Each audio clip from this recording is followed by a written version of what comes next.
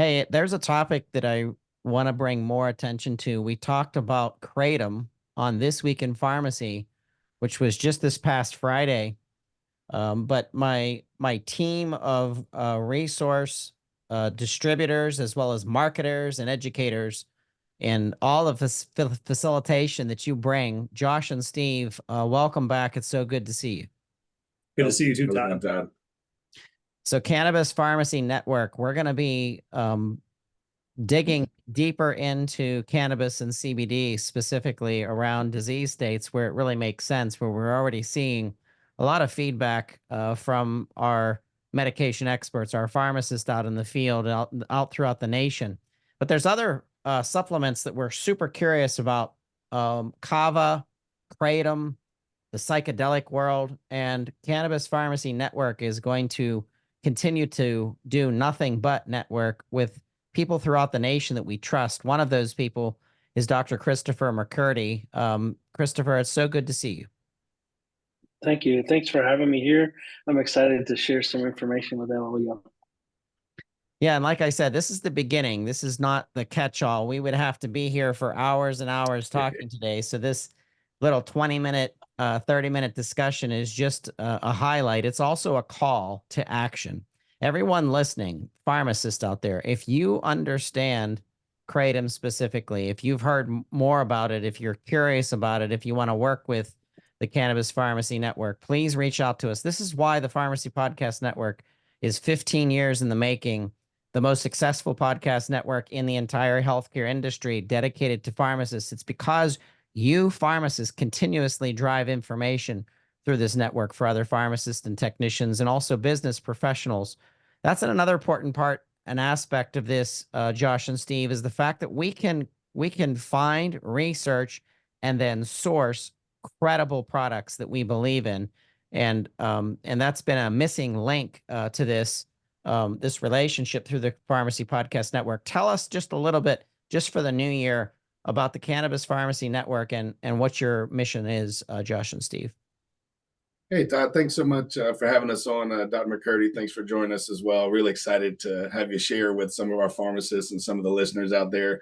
Steve and I work directly with about 700 community pharmacists, and about 6 or 8 months ago, we started getting asked about Kratom. We didn't know much about it, but a few of the patients had started asking the pharmacists, and so we started doing some research and found that hardly any of the pharmacists knew a lot about it. And so just kind of Googling around, we found Dr. McCurdy, and man, he seems to know it. And so we reached out to him and just said, hey, help us educate and share about Kratom as we're all learning. And so we're really excited to have him as a part of just helping share and get some answers for some of the pharmacists that we work with and some of the other medical professionals out there about Kratom in general. Yeah, and really we feel so strongly here about sourcing any incredible plant materials that we can use to help you and your patients live better and live healthier. First, foremost, and always, obviously, safety is huge for us. We're big into COAs. We're big into researching the companies that we work with. And then at the end of the day, what we're trying to bring to the table is something reliable and something credible to use as a cash-based business for these independent community pharmacies. We know that obviously the times are changing. Anything we can do to bring in more revenue for our pharmacies, that is what we are here to do. And we just like to make sure that we vet it and get all the industry experts to the table that we can, which is how we found Dr. McCurdy. Absolutely, absolutely. So all eyes and ears on you, Dr. McCurdy. Could you kind of give our listeners, just give an overview, your background, and the fact that you're tied into the University of Florida College of Pharmacy as well? Yeah, sure. Thanks again for bringing me on. This is really important part of my mission these days, is trying to get as much education out there around this material as possible, because it's become so popular so quickly. And we've been researching it for almost 20 years, long before even the DEA knew what it was about, or the FDA. So just to quickly give a brief background of myself, I'm a pharmacist as well. I got a BS in pharmacy from Ohio Northern University, then went to earn a PhD at the University of Georgia, did a 3-year postdoctoral stint at the University of Minnesota College of Pharmacy, then began my career at the University of Mississippi as an assistant professor, rose through the ranks there. 16 years later, I left there to go to the University of Florida, and now I'm Associate Dean of Faculty Development, Professor of Medicinal Chemistry, and I also run a Translational Drug Development Center for the University of Florida. All of that to say that a large portion of our research, as I mentioned, for the past 20 years and really more in the last 5 years since we've had an influx of money from the National Institutes of Health, focused on Kratom. What is it? What can we learn about it pharmacologically, therapeutically, safety, harm, all the things that we were curious about, that the government's curious about, and of course, the more important point is the consumer. Absolutely.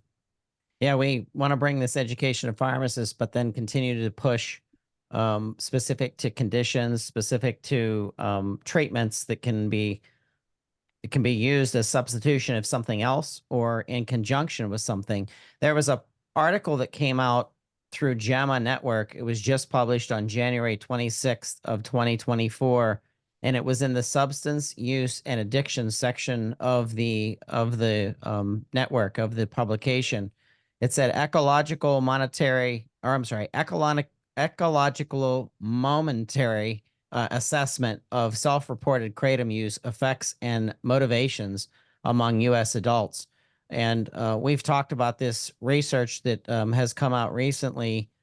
Chris, can you kind of give our listeners as to what was shifted from not knowing to knowing, what's happened in the educational side of things? What does this paper specifically touch on? So this paper was the first of its kind. It's really something that has never been done in the kratom space. So ecological momentary assessments are really used when patients or users are taking a substance, and you can actually record in real time what their interest is in taking that substance, what they're taking it for, how often they're taking it, how often they feel they need to use it. They can give you sort of real-time data in terms of how they feel, what their experience is. And then we also did random sort of text messages or prompts where they could just enter what their mood was, what their feeling was. We always like to look at the beginning of the day and the end of the day with these individuals to record exactly what was going on. And so as part of this, and this is the main publication of the study and sort of how it was designed and what happened. But we've got a couple other sub-site studies that will come out of this. One of which is we were the laboratory at the University of Florida. We were the ones that were able to analyze over 350 products from the marketplace. This will be the largest field analysis of purchased products from your typical place that it's purchased from today, which are gas stations or smoke shops, vape shops, or over the internet.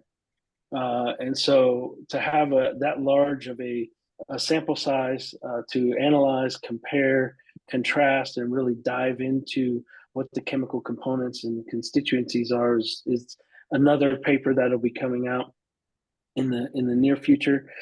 We also were able to do 10 of these patients in this study as inpatient subjects. So we actually drew their blood and we've collected their urine. We'll be looking at sort of blood levels of the different alkaloids, urine levels of metabolites and alkaloids, and then getting a good idea of what those individuals that have been taking kratom for a long time, what does this look like at steady state, more or less, in the subject?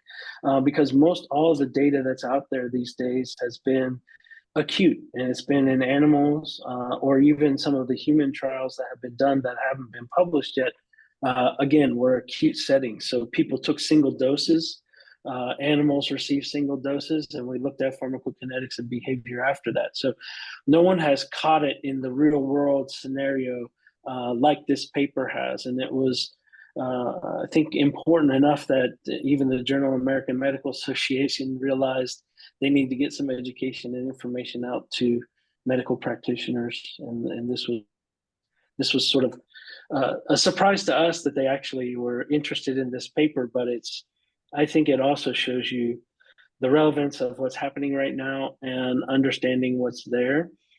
So that paper that just came out in JAMA Open actually looked at over 13,000 individual kratom events. So these were recorded messages or recorded, they took a dose on this time of day or that time of day, and then each of those doses, as I mentioned, had some sort of subjective sort of tie to them as to what happened. And this occurred in full over a 15-day period. So these individuals that were involved were involved for a couple of weeks, and that was great to have that type of study come out, because there's nothing else like it in the kratom space right now.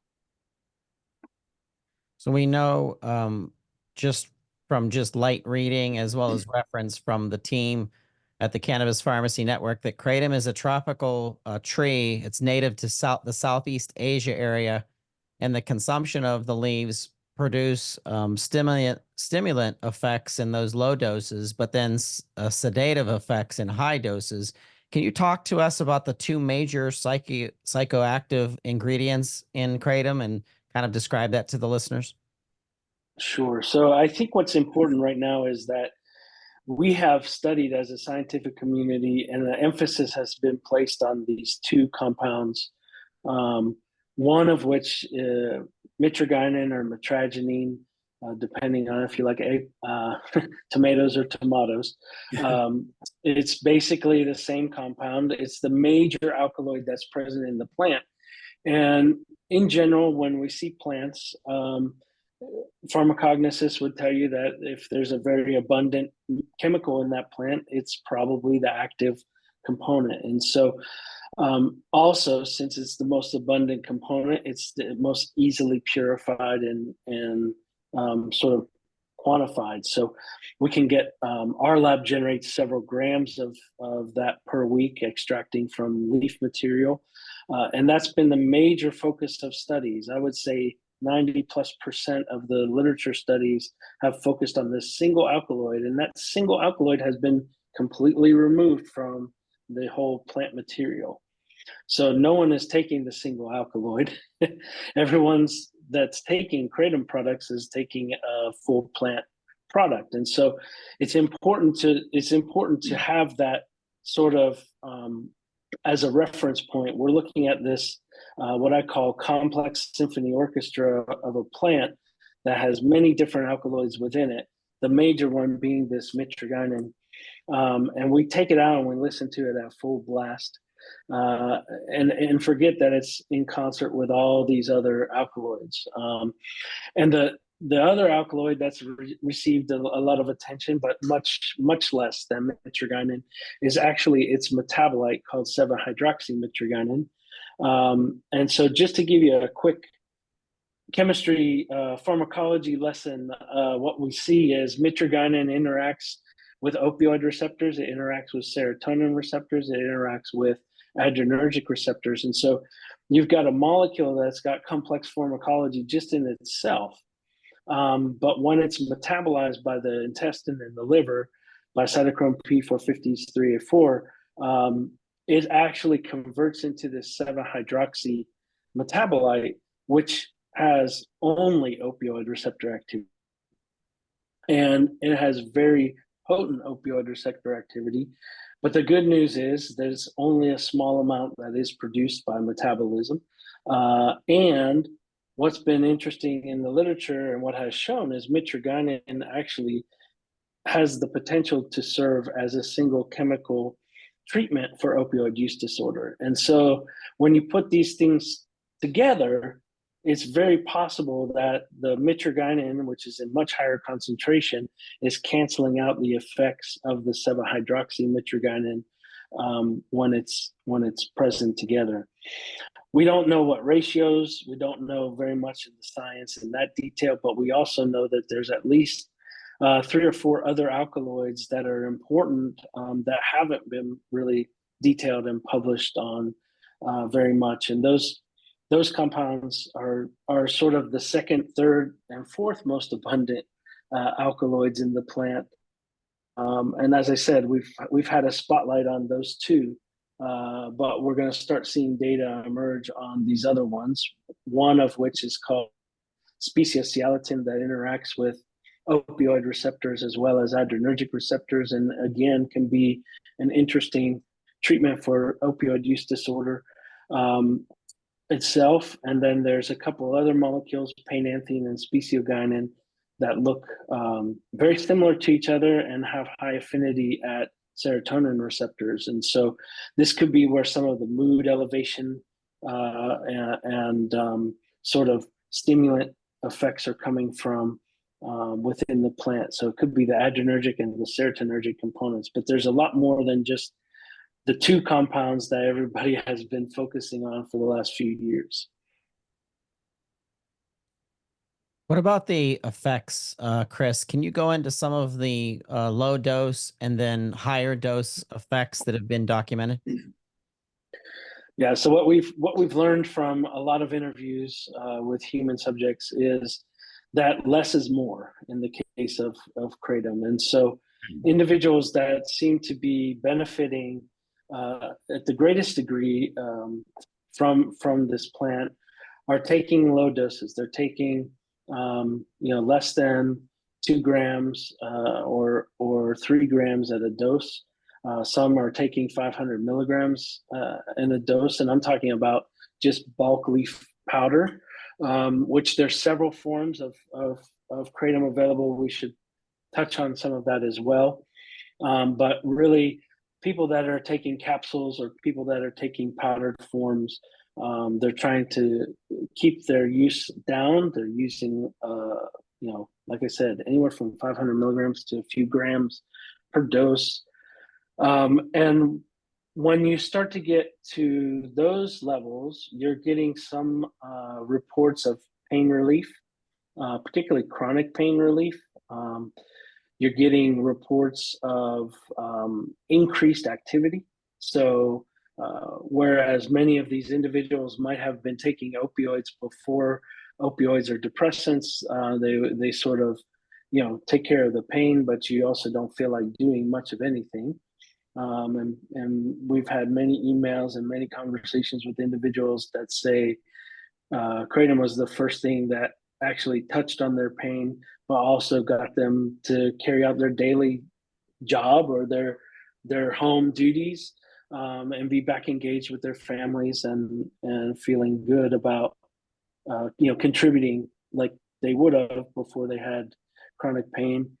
Other individuals are using those low doses to really increase their focus, to decrease their anxiety, almost not analogous to an attention deficit disorder treatment, but certainly helping people to calm down, focus, and be a little bit more socially engaged as well. And then there's the reports out of Southeast Asia that it can be nature's Viagra. And so there is not only some of the stimulant type effect that we think of just as energy, but a lot of individuals report that this helps give them more stamina and more life, let's just say. So that's there. And then as you get to the higher doses, as doses increase, you actually end up starting to get more of a euphoric, not a euphoric feeling like you're getting high, but just a really good feeling. And unfortunately, a lot of people have confused that with getting high or having a legal high, and have tried to push doses so high that they're running into some side effects, so what we call the wobbles, where they actually start to get rapid eye movement. They'll start to lose a little bit of coordination, dizziness. We almost wonder if it's like a serotonin syndrome or a stimulant like overdose. And interestingly enough, when people are calling in to poison control centers, if they've had a little too much, they would identify with more symptoms of what look like stimulant overdose than anything else. And so this could very well be related to the serotonin and adrenergic activity that may be taking over at those really high doses. And then we can, unfortunately get into situations where people end up in the ED and they've had a lot too much and need to be dealt with in that case. And unfortunately, that's where most of our medical human literature is out of single case reports that have shown up in emergency departments because individuals have overconsumed a product. And again, we know nothing about what the proper dosing should be or where the limits really are, other than to say, we come back to this less is more, and we're getting good reports and good outcomes from people who are using as low dose as possible to get the benefit they're seeking. Dr. McCurdy, can you give us the difference between what you're saying as a low dose versus what has been reported in the high dose milligram or whatever measurement that you want to share with our listeners? Yeah, so in the low dose range, typical dose anywhere from 2 to 5 grams of leaf material. And I said, some people are down as even low as 500 milligrams. Some are doing that once a day, once every other day. The half-life seems to be, for most of these alkaloids, in the neighborhood of about 24 hours. We do know that individuals in Southeast Asia will consume teas or chew the leaves off the trees about 3 times a day. So they'll use it in the morning, the afternoon, and in the evening or late afternoon.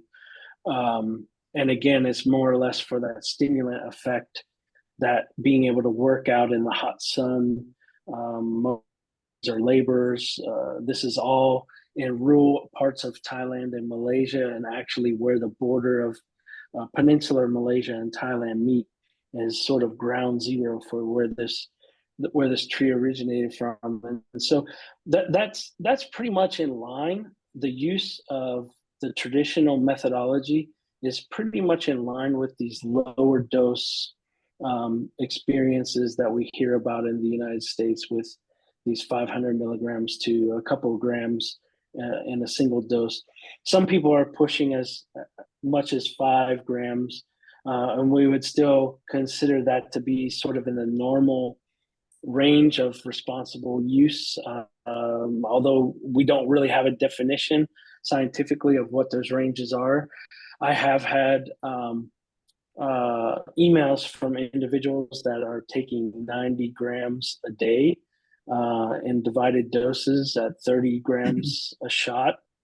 And that's definitely with some problems, where they will run into issues of really trying to get off of the substance and not being able to get off of it as easy as many that use just small amounts say it's easy to stop and not use. That the sort of feeling is that when they're using low doses, they feel more like it's a caffeine type of dependency, where if you don't have it, you kind of are a little more grumpy and maybe have a headache, but it's not going to be the end of your day. Whereas some of these individuals that are consuming really high amounts, like I said, I've even heard of most recently an individual that was taking 220 capsules a day, which if they were 1 gram capsules, that's an unbelievable amount of material. If they were 500 milligrams, it's still an unbelievable amount of material, because you're talking about 110 grams of kratom in a day versus someone who may be taking, like I said, 500 milligrams once a day or every other day, or someone that might be taking 2 or 3 grams 3 times a day, you're still less than 10 grams, right? Now you talk to somebody who's taking 10 times that amount in leaf material. So, and it's different for everybody. So you obviously, most people that are totally naive to it, and when we talk to people in Southeast Asia, the most typical thing if you get too much is you have nausea and vomiting. And that's pretty much if you're naive to it. There is a tolerance that develops. It takes a long time, a much slower time to develop the tolerance to the effects of it than an opioid would take, for sure. It's not truly an opioid. A lot of people have the misconception that it is an opioid product. The FDA stance on it is that it's an unregulated opioid product. I think the FDA's tune may change a little bit. They just completed their first clinical safety trial. The data is not available yet, but I think they were surprised at how little adverse events they saw in a single ascending dose trial. So that's going to be shared at the College on Problems of Drug Dependence this summer, their study and their data. All right. So as of right now, what's the legal status throughout the country with regards to Kratom? So right now it's legal and it's federally illegal. So there is no federal restriction on Kratom. There are some states that have outlawed it. There's 6 states that have banned Kratom products.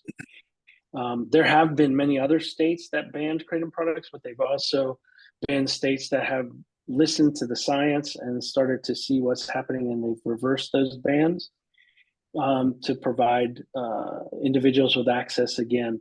There are certain municipalities within other states that have banned products, and I can say that I've spoken to law enforcement pretty much all over the country, and there's concern that kids can just go into a gas station and purchase a concentrated extract shot and consume it and be very sick very fast, because I think that just brings us to the point of the legality issues. Where we are right now is a completely gray space. So there's no, as I said, there's no federal oversight in the regulation, so to speak. The FDA does have import bans on the material coming into the United States, but once it's passed and into the United States, it can be sold and utilized. It's just not supposed to be imported in. And we do know that there's at least,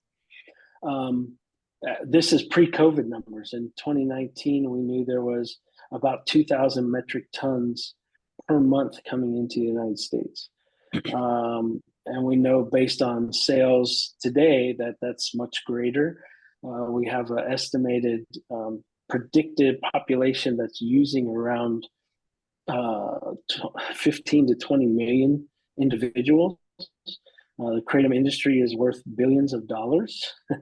And there's really no oversight on it. And so there are companies that are trying to do the right things by getting their products tested, by putting COAs out, by putting ingredient labels on the bottles, putting warning labels on the bottles and whatnot on how not to use it or how to use it. But unfortunately, there's places that I've seen people walk out with Ziploc bags that just have written on Sharpie marker Kratom on it, and that's out there. And so it's a frightening from that sense. And many states have been looking into enacting what's called the Kratom Consumer Protection Act. Florida enacted that last year. Where actually only that restricted the age of sales in the state. Now there's another bill that's been introduced in Florida to start requiring labeling and certain other aspects to protect the consumers. We're going to start to see this, I think, more and more commonplace across the country. In fact, more states have enacted the Consumer Protection Act than have banned Kratom at this point. So There is some industry self-regulation, but it's really not enough. And as far as we know right now, the DEA has no intention to put the material into the Controlled Substances Act. And they want to see more science. And that's why the National Institute on Drug Abuse has been funding a lot of grants. They've funded over $60+ million worth of grants now to study Kratom. And what we're learning from all of those studies is there's lots of potential, not only in humans, but actually in the veterinary medicine space. We're doing a clinical trial at Florida on osteoarthritis in dogs. Many dogs get hip dysplasia, particularly Labradors, our favorite dog in America, and those dogs really don't have much option. And so what we're seeing is some really promising success so far with controlled clinical trials around that. So we're hoping that there's going to be some more scientific studies that may push Kratom into a botanical drug route that could end up in very clinically controlled dose use setting, but in no way does anybody who's researching the product for therapeutic benefit want to see it removed from the marketplace access that it currently has now. We just want to be able to have some legitimate prescribable ways to use it. And Doc, something I wanted to jump in and ask just for the listeners out there, just because I know it was very confusing for me at first when we started learning about all this. There are several companies out there that instead of using whole plant material, they are refining it down to one or two of those main alkaloids, specifically the mitragynine or the mitragynine. Just for the listeners out there, obviously we discussed the 500 mg to 2 or 3 gram dosage being the appropriate range. If it is a product that's just the MIT, just the mitragynine, what are the doses you see in that are going to be the most appropriate for a beginner or for someone looking to treat those symptoms? Yeah, it's a really difficult number to put exact dosages on. But I would say that if we look at there being about there's in the neighborhood of 25 to 30 milligrams of mitragynine in a gram of leaf material. Now that could vary. But if we then think of a 2 gram as, say, your typical dose, so we've kind of drawn a line at 50 milligrams of mitragynine in the maximal dose, so to speak. What someone might consume then at over 3 times a day, obviously coming out to be about 150 milligrams on the top end of what we would consider to be generally recognized anecdotally as safe. I can't say scientifically that it's safe at all because we don't have that data, but that's kind of where things have gone, and many of the products out there would fall within that if they're leaf material even, or some of the purified concentrates even still fall within that area, or isolates per dose, right? So it just depends on how it's being looked at, how it's being taken care of. I did mention we want to touch on these different products, as you just mentioned, though.